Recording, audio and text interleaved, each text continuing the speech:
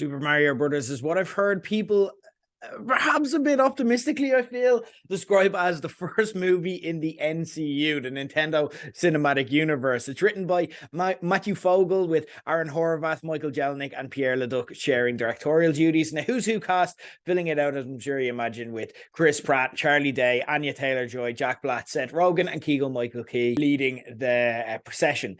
In the story, Mario and Luigi are struggling in their new plumbing business and getting desperate for a fix. When all the plumbing for all of New York City goes down, they attempt to fix it, only to get sucked into separate drains and transported to new worlds. Luigi goes to dark and dangerous Badlands that have recently been taken over by the evil Bowser, while Mario goes to the adorable Mushroom Kingdom, where he meets Keegan-Michael Key's Toad and Anya Taylor-Joy's Princess, who are trying to stop Bowser, who's taken over the Badlands, like we said, and now has his sights set next on the Mushroom Kingdom.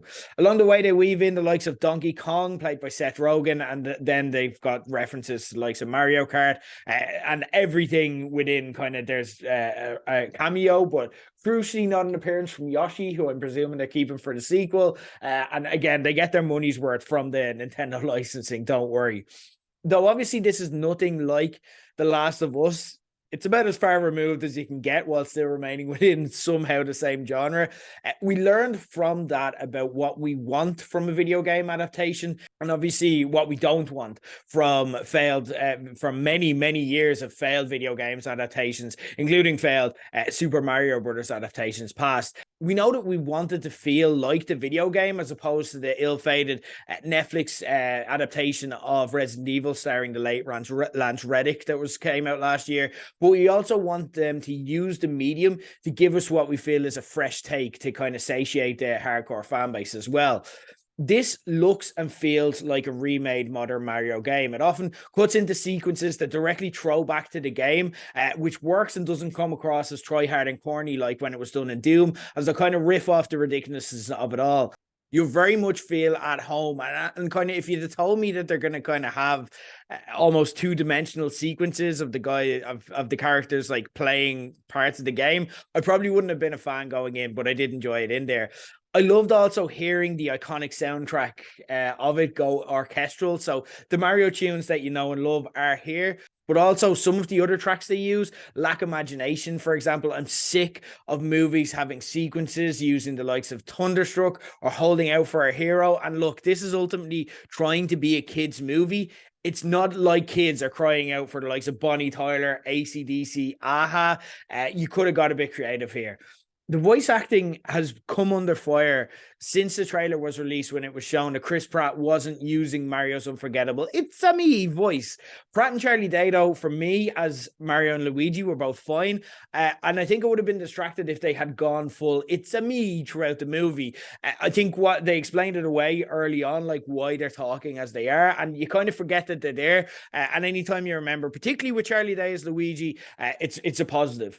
Jack Black added a dimension to Bowser as a love-struck sap, and that's got a lot of people talking and is splitting public opinion. But for me, this was one of the aspects that added something new and fun to the game, and that I really enjoyed. The Peaches song cracked me up. I loved it, and again, like, I just hadn't thought of Bowser in that way. Bowser is a relatively, like all of the Mario story, it's not a very fleshed out story. There's not a lot of lore or anything like that as well. So he had a lot of room to work, and he did well. I saw what they were going for with Seth Rogen as Donkey Kong, who, side note, has broken his own rules. So you should never criticize movies by doing a media tour talking about how bad the original Super Mario Brothers movie was. It's interesting that rule doesn't apply to him, and only people that can criticize him, isn't it? That's a strange one. But honestly, for me, his was the one voice that didn't land and tried to be a bit too zany without even one kind of barrel of laughs throughout all of the barrels that he threw as Donkey Kong. It attempts to use humor to stand out, and the use of the word attempts there probably tells you that this aspect for me didn't fully land. There's not enough knowing self-reference for the adults, and the biggest laugh I heard from kids in the screening, and there was plenty of them there, was for the minion in the Illuminator signature before the movie. And that's kind of the problem, that this isn't necessarily for kids. We spoke of the soundtrack that they had there, where it's like a Bonnie Tyler, AC/DC, Aha. They're riffing off kind of references and doing Easter eggs for adults that are based on the original Nintendo and Super Nintendo games. But the movie is so concerned with not being a repeat failure to the 90s one that they're like, so they don't know what they want it to be. They don't know if they want it to be a kid's movie, so they sanitize the humor down, but also they don't want it to be a fully adults movie as well, because again, like the kids is where the money is and where the market is. And as a result, you have a movie with a bit of an identity crisis that isn't actually anything, but also isn't terrible. And there are so many basic Super Mario jokes you could go with. For example, what are Mario and Luigi's favorite material of clothes? Denim, denim, denim. If Mario's brother dies, does he try reach him by Luigi board? There are millions of these. Why not just go for any of them? All in all, this is by no means offensively bad or anything. It's fine and won't go down the vast pantheon of sacrilegiously bad video game remakes. If you've got kids and want something to see with them, they'll probably enjoy it and you feel a bit nostalgic for an hour and a half. But it hasn't really got much for adults, so you can give this a miss unless you're really bought in on Mario.